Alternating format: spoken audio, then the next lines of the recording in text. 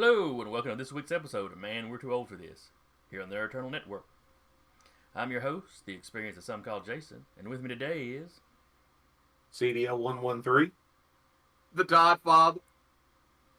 And the token patience gone turkey. And today we're going to be talking about Wonder Woman 1984. I have yet to watch it. I have only heard bad things. I have heard things from Todd and well, truthfully, Danny too. Right before we started recording, and I was verbally assaulted this morning by a coworker who had seen it and was not pleased. So I may recount some of his comments. But well, one of you guys that has watched it better kick us off. Looking forward to it. Yeah. I will preface that by going, I was looking forward to it. I didn't know when HBO Max was going to drop it. So I actually stayed up to midnight Christmas Eve thinking, I'm going to watch this just in case, everybody, their mama watches and the site crashes. I'm going to get it early. And when I went on there, they were like, we're dropping it at 12 noon on Christmas. Yeah. Sweet. Jennifer and I did the same thing. We were already up, and because, holiday, we didn't go anywhere, so we were already up. And it's like, oh, got to wait until 12 tomorrow. Well, I guess we're waiting until 12 tomorrow. And, Jennifer was looking forward to it. She really enjoyed the first Wonder Woman movie.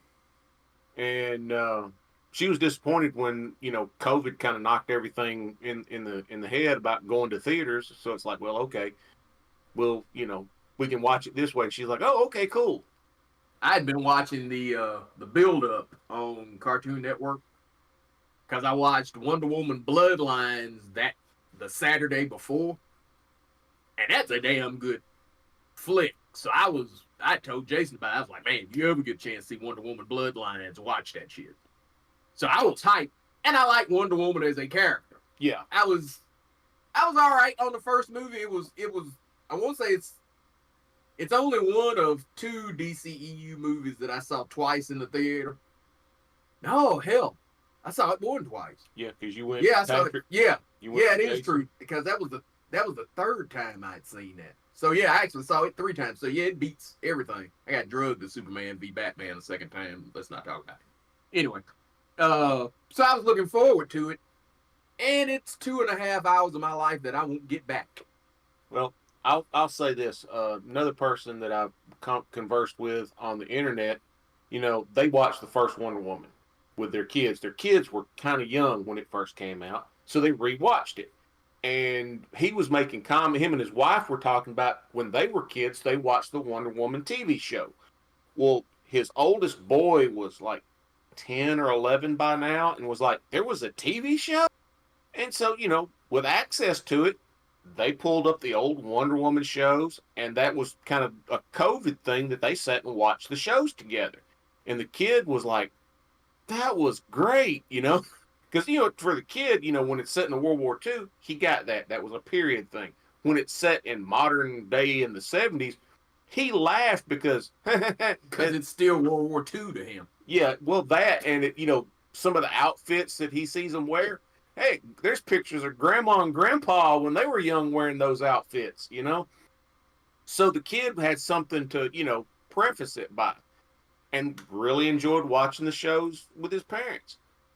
He said they watched this one, the 84, and the kid was like, that was crap. The kid enjoyed the fight scenes. Because he hates women. But even the kid was pointing out plot holes, and it's like, because the kid hates women.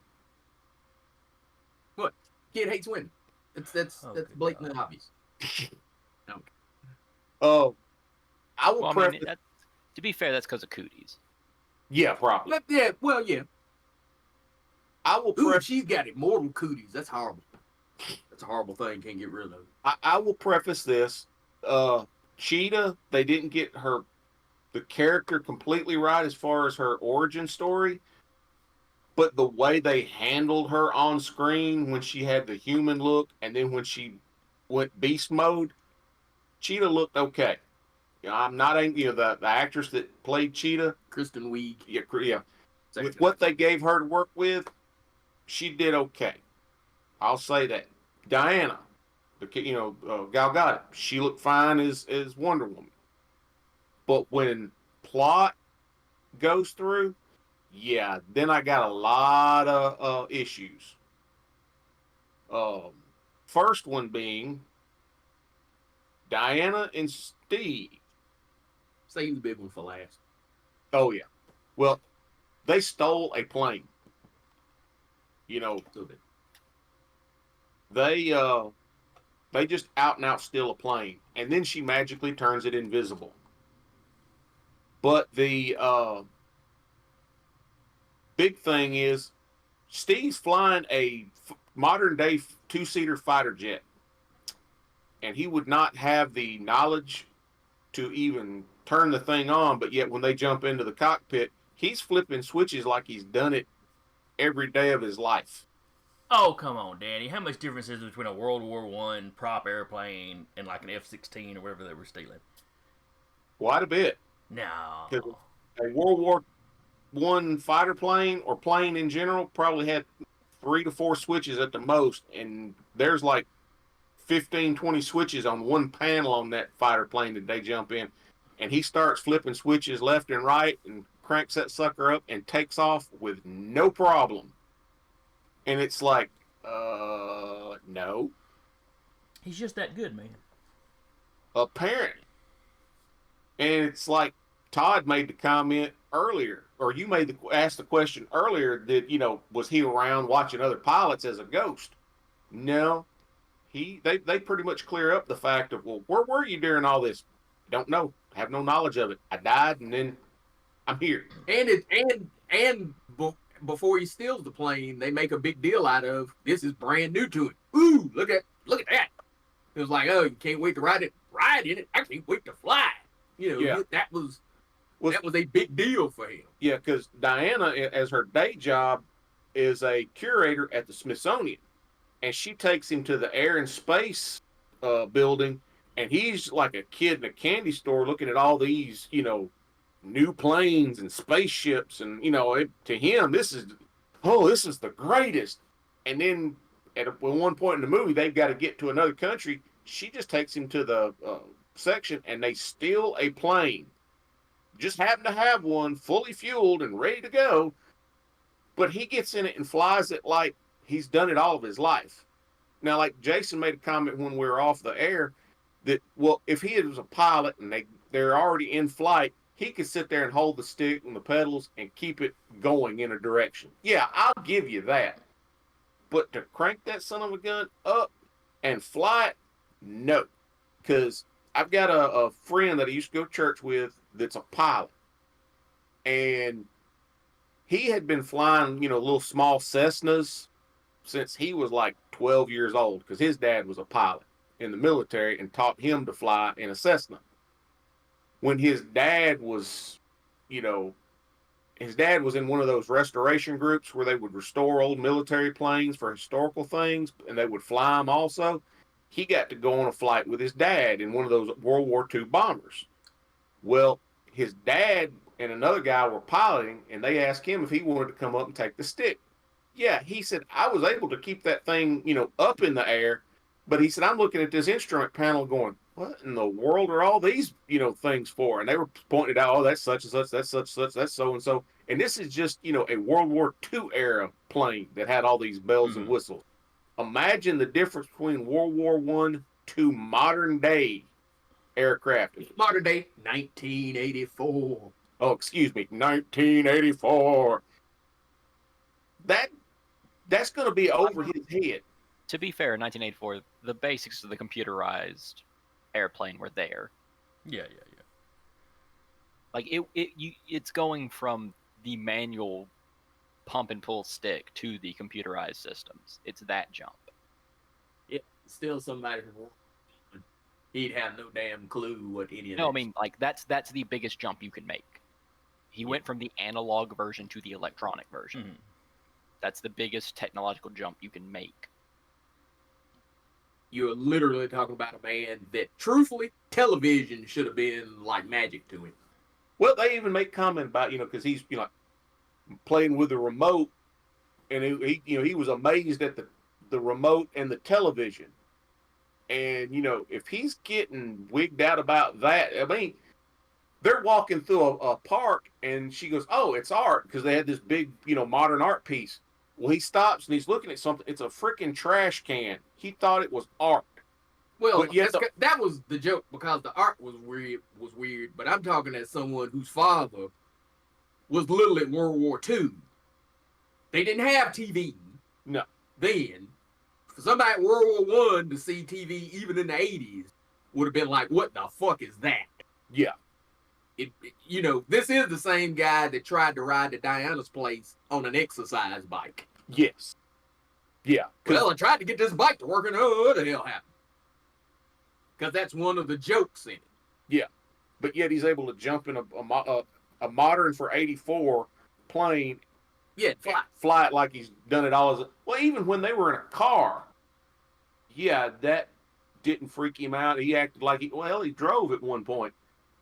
And it's like, yeah, cars didn't look like that in your day. No, Okay, but the basics of how you enough- drive might not have changed That's that enough much. on that one plot hole because there are a metric Yeah. ton of plot holes to get to.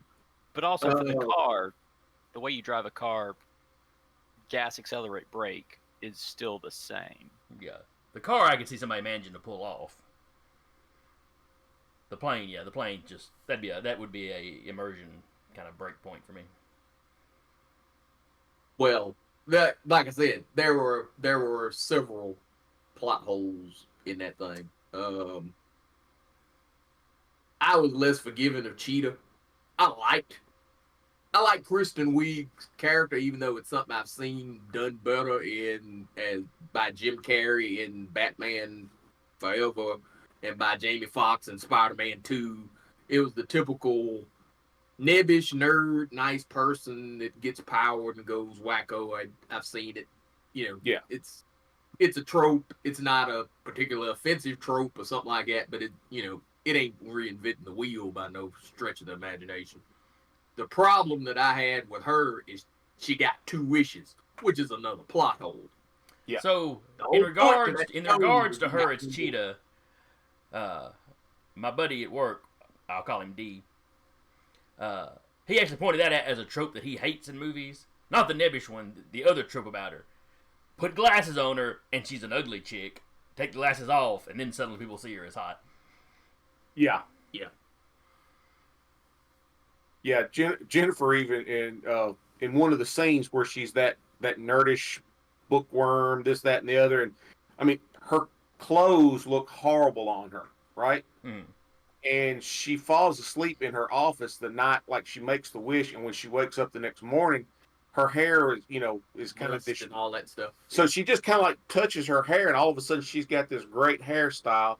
She's wearing these baggy pants. She takes them off, and the shirt that she was wearing, she shimmies it down and makes a dress out of the shirt, puts her heels back on, and all of a sudden, all the guys in the office are like oohing and that was awing. not a plot hole. That was the magic. Yeah, that was the magic. But it was like all of a sudden, what was her shirt is now a dress. Yeah. She pulled her shirt down. That part did not bother me because when you go, well, that don't make sense. Well, that's literally the damn wish. Yeah. I don't mind shit that was actually the wish. And to be fair, I mind shit when you break the canon.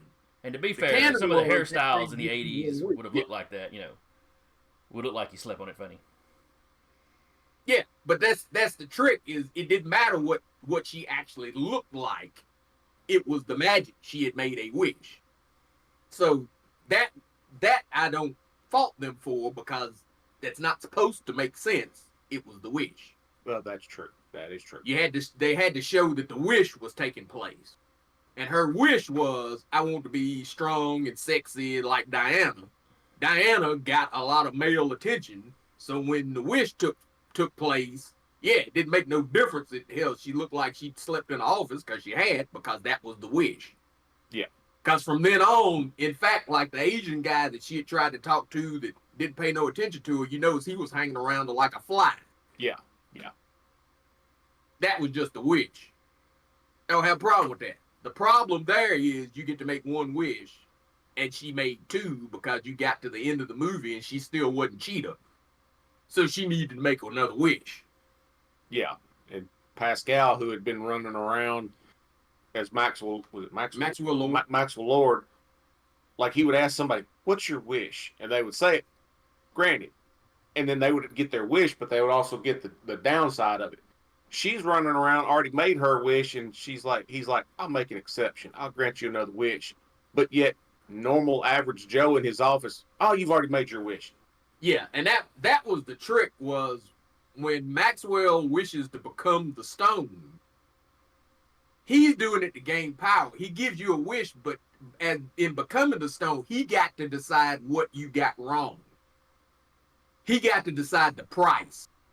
That was his thing. You make a wish, don't you wish, what do you really want? I wish all these infidels were out of my country. Sweet, I'll take all your oil. That was the price. And then we went, ha ha, fool, I already sold all my oil. He said, all right, then I'll take all your guards. Yeah. And then when the people get pissed off at you and come to kill you, you won't have no protection. Works for me. And all the guards go like that. So that was the trick with him, was Maxwell took his wish and then used other people's wishes to gain power for himself. Yeah. But she had already made her wish, so he shouldn't have been able to. Yeah, and that's the point, is you had seen him earlier in the movie where if you had already made a wish, he really didn't give a fuck about you. Truthfully, once he was the Stone, he didn't always take anything from you either. Because like his secretary, don't you wish you had more help here? Yeah, I really do. And she got more help, but he didn't charge her. And that was the thing with Cheetah. He said, look, I'll give you another one. No strings. I'll give you a freebie. In fact, hell, he actually says, I'll give you a freebie. And that's when she goes, well, I don't want to be like nobody else. I want to be an alpha predator. And, you know. Then she turns into a cat off screen. That was also a bit fucked. Yeah. If you're going to turn her into Cheetah, at least let us see it. And of course, when she becomes Cheetah, it's CGI and it's at night. Yeah. So any flaws you don't see. Except when they do close-ups of her talking, in which case it looks horrible. Yeah. So they don't go full American Werewolf in London and just let you see it? Nope. No, she turns into Cheetah off screen. That's lazy. Yeah, it was cheap. It was cheap. See, before that, she's human and she's running. She's got all kind of animal prints on, different like leopard print or different cat print type stuff on. The 80s. Yeah, and she looks okay, and the way they have her fighting and moving, it's like fucking Diana. She's got the same, strength, the same this, that, and the other. Super agile. I had no problem with that. And, as far as her Cheetah look, when she's at a distance and she's bouncing around, they've got her moving like a freaking cat. I'm like, okay. But like Todd said, you don't get to see her change. She's just all of a sudden a cat.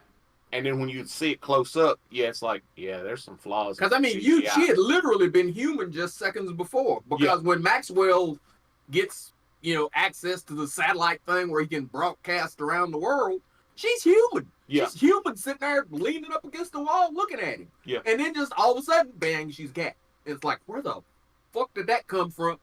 I tell you what it feels like, Jason. You remember when we went to go see Green Lantern and Sinestro becomes evil just because Sinestro had to become evil? Yep. It's that. Yeah. It's like they got most of the movie and realized, oh crap, we were supposed to turn her into something. Yeah, it was like, oh shit. We're not doing the Cheetah in the outfit shit. We got to turn her into cat. Fuck it. She's a cat. And that's... It was like, oh boy, shirt, bitch, I'm a cat. Yeah, that's it. If they had left her like she was, I'd have been fine. Yeah, there was considering she had literally spanked the hell out of Diana, there was really no point in changing her past that. Yeah, she... Oh, like I was telling Jason yesterday, you know how Diana gradually lost her powers? Mm-hmm. They should have done that with Cheetah. Where she just gradually gained them? Yeah. Instead of making the wish, I want to be like Diana, she should have made that I want to be an alpha predator wish when she made that first one, and let her gain the strength and gain the agility, and basically let the look be the cost. Yeah. Well, you got everything you wanted. Now your ass don't look no kind of ways human. Yeah, because she said, I don't want to be like anybody else. Yeah. So that would have fit. That would have worked better, but they missed an opportunity there. But Maxwell Lord, you have people comparing him to Trump. I can kind of see it in some ways, but because he does make a wall. He makes a wall. His hair is bad. He's a TV personality. He's a billionaire that doesn't actually have that much money. Yeah, he got a con man aspect to him. You do have shots of him basically when he takes the power from the president. You get to see him, with the presidential stuff behind him. I don't know how anti-Trump they were being, because the trick with Maxwell Lord in this is they show you why he's like that, and they pretty much redeem him. Yeah. That was one thing about Wonder Woman 1984. None of the villains go to jail. Yeah. The last you see of Cheetah is, spoilers, Diana saves her, lays her down, and goes in to fight Maxwell Lord, and you never see Cheetah again. Well, you see her human. Yeah, you see her human, but you don't. Because she renounced her wish. But you don't know what happens to her after that. No. Maxwell Lord, when she beats him, you see him again reuniting with his son. Yeah, as soon as he comes to, he takes off. Yeah. He takes off, gets in the chopper, and goes and finds his kid, which is amazing that his kid was there. And it's amazing that he could use the chopper, because they had no more reason to That's true. follow his orders. Yeah, they would have had no more reason to listen to him. Also, my thing was, did the kid renounce his wish? Because remember, the kid, when he runs into him, say, I wish that you would come and find me. And he wasn't around no TV or nothing to tell him to renounce his wish, and it's a fucking 8-year-old. How likely would he have been to have listened in the first damn place? Yeah. He's 8. Can he even say renounce? But as plot holes go, that was a small one for this movie. And when you watch it, it feels bigger than that, because I'm telling you, dude, you got the impression it took a while to fly there, and the kid was running around outside when all hell was breaking loose, and as soon as that plane lands, that chopper lands, he runs right up to him. He comes running out of the bushes. It feels just as unnatural as old girl waking up frumpy and everybody wanting to get with him. Yeah, it had that feel to it. Because that was when I was watching, I was like, God damn, he found that kid quick. Shit. Yeah. And then when the kid runs up and goes, I wish that you would find me, I was thinking, you going to hell. The one thing that they did that when it happened, I hit pause and had to explain to Jennifer, in the books, Maxwell Lord has a power. And it's like, it's not necessarily a wish, but he can push you to agree with him, or push you to, hey man, let me borrow your car. And you got a Lamborghini. You just hand him the keys to your Lamborghini, unless you're like super, super strong willed. I said, like, it doesn't work on like Superman, Wonder Woman, or Batman, or Green Lantern, folks that, are super strong willed. It don't even really work on the Flash, because he thinks so fast that, He's kind of the wish don't have time to take effect on him. But like if he pushes his powers to use them, he'll get a nosebleed, or his eyes will bleed, or his ears will bleed. Well, that was his price. Yeah. The price that he did was, he became the stone, but granting wishes hurt him. Yeah. I think so that's how they had. Though. No, not in the comic, but in the movie. The movie. But they did a nod to the comics in the fact that every time he used his powers, he got a nosebleed, or his ears would bleed, or his eyes would, they kept that. Truthfully, that's a plot hole in the comic too, but yeah, they had established a ways before that Max didn't have any powers. All right, we're gonna deal with the big one. Yeah, let's deal with the big one. Yeah, we got 6 minutes. Diana Prince, Wonder Woman, rapist. Yep. Which is going to require explanation. And it's going to. If you're talking about consent, here's where it goes a little left. Diana, in the period of time, because that's the trick. Both Cheetah and Diana make wishes on the thing, not believing it's real. They think it's a piece of cystine. They don't respect it as something that actually works. And Diana makes the off remark that she wishes that her boyfriend was back. Yeah. So you rock on a little bit in the movie. She's there at a company party, and you have this guy come up to her that is out of the blue that is overly familiar with him. You know, he's touchy because that's one of the themes of the movie. That the men tend to be a little too touchy-feely, kind of misogynistic, kind of toxic, not quite full-on rapey, but just in that little creep zone, or they touch when they shouldn't, when they should kind of keep their hands and make lewd comments without expecting any. Yeah. So, well, his age. Yeah. So he comes up and he's overly familiar and he's touching, and she is pulling away from him, like, you know, I don't know you. Don't put your hands on me. I don't know you like that. And he's trying to convince her that he's Steve. And he's quoting lines from the first movie. He takes his watch and puts it in her hand like Steve does in the first movie. And he says what Steve tells her. And as he explains himself more and more, he starts looking like Steve. Yeah, the camera does one of those ramp. Was it ramp? Yeah, goes and around. At first, she's seen him as the dude that has walked up on it, and as the camera pans back around, it's suddenly Steve from the first movie. Yes, Chris Pine.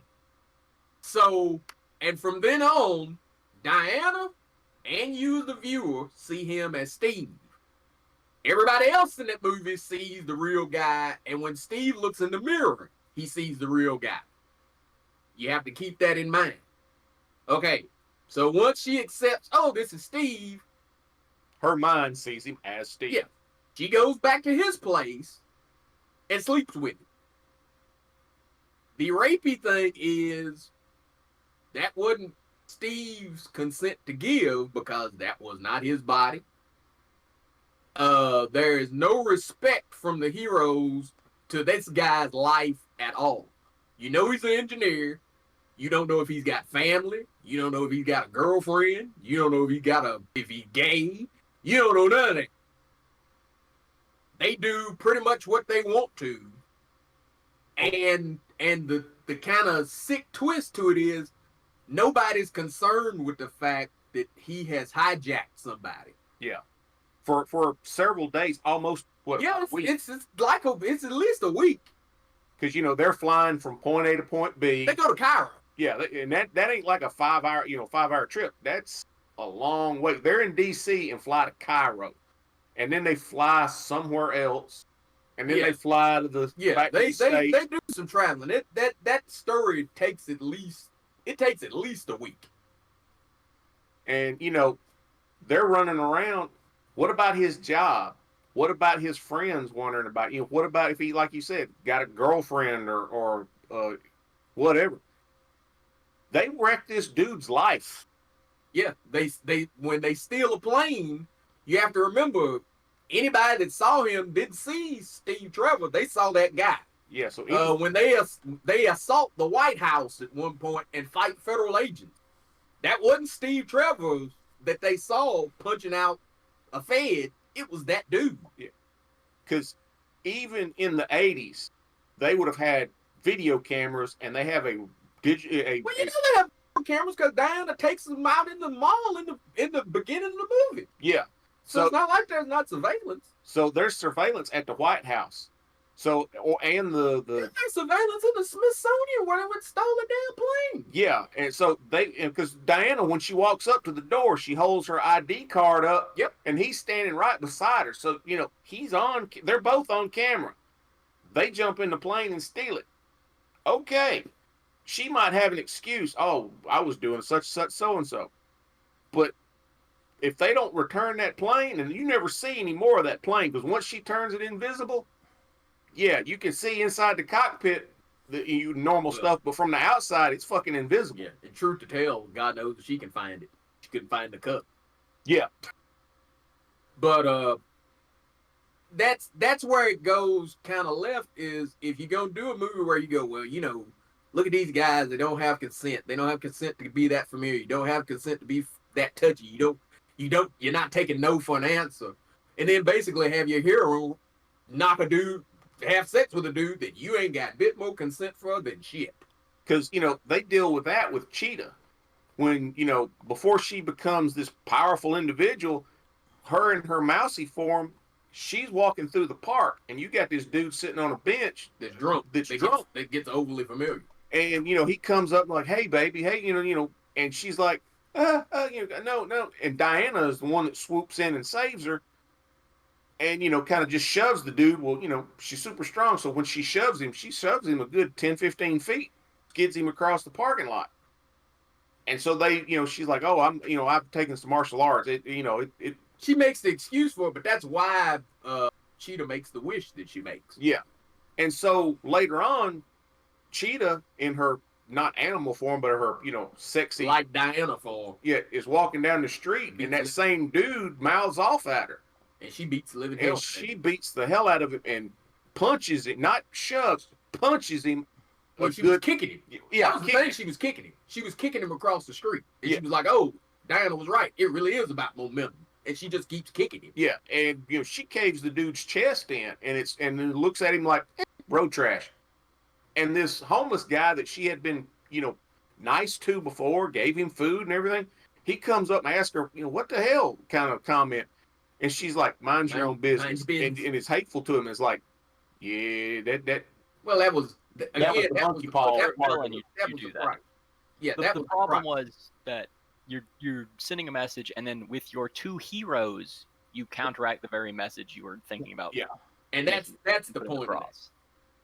That is the point of that. It's there's no, and like I've said online, that's the part to me that even though Snyder was not involved, felt very Snyder to me. Yes. In that it's your heroes not giving a damn about innocent people. That when it comes to the people they care about, if you're Lois to Superman, or apparently Steve to Diana, fuck everybody else. Yeah. If you're the nameless Joe Blow on the street, they do not give a damn about your life, whether you live, die, whatever. Yeah, because once he's doing these, granting wishes left and right, because you got a point where he's walking through the city, go, hey, what would you wish for? You had this one dude wish that he had, owned a farm. Well, she gives him cows and all the stuff he needs to have a farm right there next to his apartment building. And, you got chaos in the street everywhere. All of a sudden, her and Steve were walking around, and it's like everybody had a Porsche. Yeah, a whole bunch of people had Porsches because a lot of people were wishing for Porsches. The trick to that still is, and it's another kind of thing where you go, some of the people's stuff is gradual. Some of the people get what they get. If she asked for Steve back, why in the hell did you just have Steve? I mean, if he had just formed some damn where. Still in his World War I outfit. Yeah, if he just popped up, you would not have any of that kind of questioning going on. Going, well, what about this dude? Why'd you do this? This don't make good sense. Why in the hell? They could have it's like the Cheetah thing. Could have completely avoided that by literally just genieing his ass. Yeah. I wish my boyfriend was back. Pop, there he is. There's a lot of stuff that could have been avoided that has become a problem for this movie. Yeah. And it boils down to just flat out poor writing. Yeah, because But I got one more thing because we've been going kind of long. Yeah, I got one more plot hole for this thing, and it's this. Why ain't she done none of that? If this is set in 1984, which makes this basically a prequel, why ain't she got none of the shit she can do in this movie in Justice League? Yeah. You done seen, because this is before you ever saw her in Batman v Superman, and it's before you saw, and it was, but before Justice League. Yeah. She ain't flying in Justice League. Yeah, she ain't flying in Superman. Yeah, she rides lightning. Yeah, she does that again. Because remember I can't remember if it was Justice League or Batman v Superman when she's lassoing lightning and riding it. When the hell did she lasso lightning? I don't remember that in Justice League.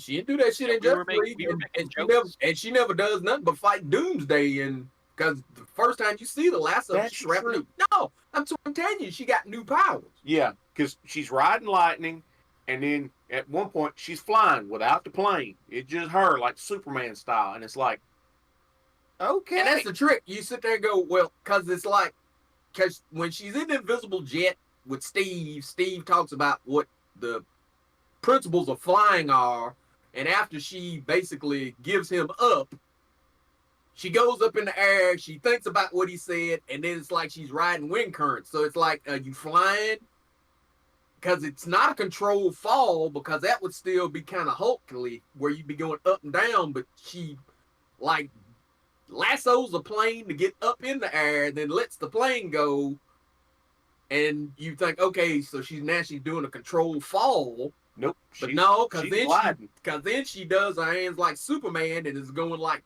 forward, so you got forward momentum. And then she spins the lasso like a helicopter blade, kind of like Thor's hammer for a while to get height. And you sitting there going, what the hell are you doing? Yeah. And then she starts lassoing lightning after she gets close to where the Lord is, because him mucking with reality is creating a storm. Yeah. Yeah. And that's when she starts spiking around lightning. Then you sit there and go, why the hell are you doing that if you can fly? Yeah. Because when the movie ends, the motherfucker just flies off. And it's like, the fuck? I get that Wonder Woman flies. Just let her fly then. Ain't no I can fly,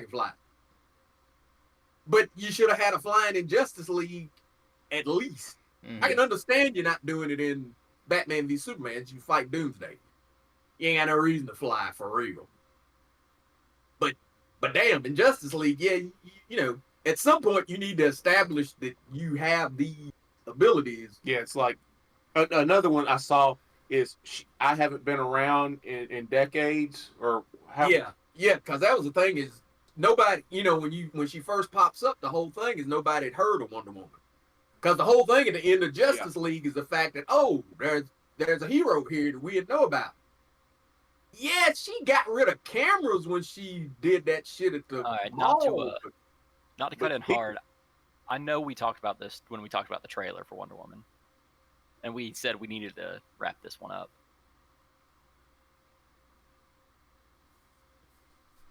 But yeah, so there's a lot of plot holes with the timing of stuff. Yeah.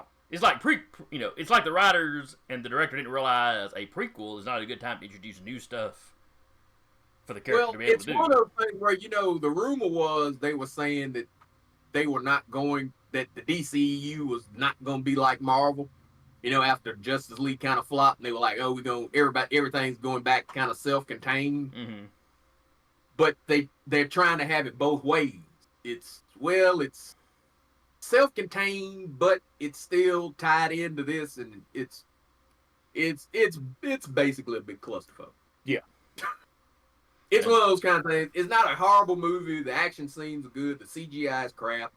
My buddy D disagrees with me very strongly. You got 2.5 hours of your life that you want to waste them. I've seen worse. Yeah, yeah.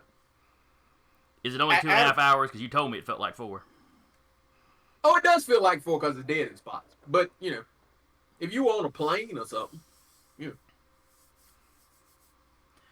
Right, when I was getting antibiotics, I'd have loved it. All right, so anyway, we'll go ahead and wrap here. I guess the general consensus of those that have seen the movie is that it's not very good. At least out of the two we've got here and my friend D at work. But, should direct, not write it. But, let us know what your opinion is. You can leave something in the comments below. We can be reached at thenerdeternal@gmail.com. On Facebook or Twitter, just search for The Nerd Eternal. You'll find us. So I've been your host for the day, the experience of some called Jason, and with me again has been CDL113, the Todd Father, and the token mood killer, Tarky. And we will see y'all next time.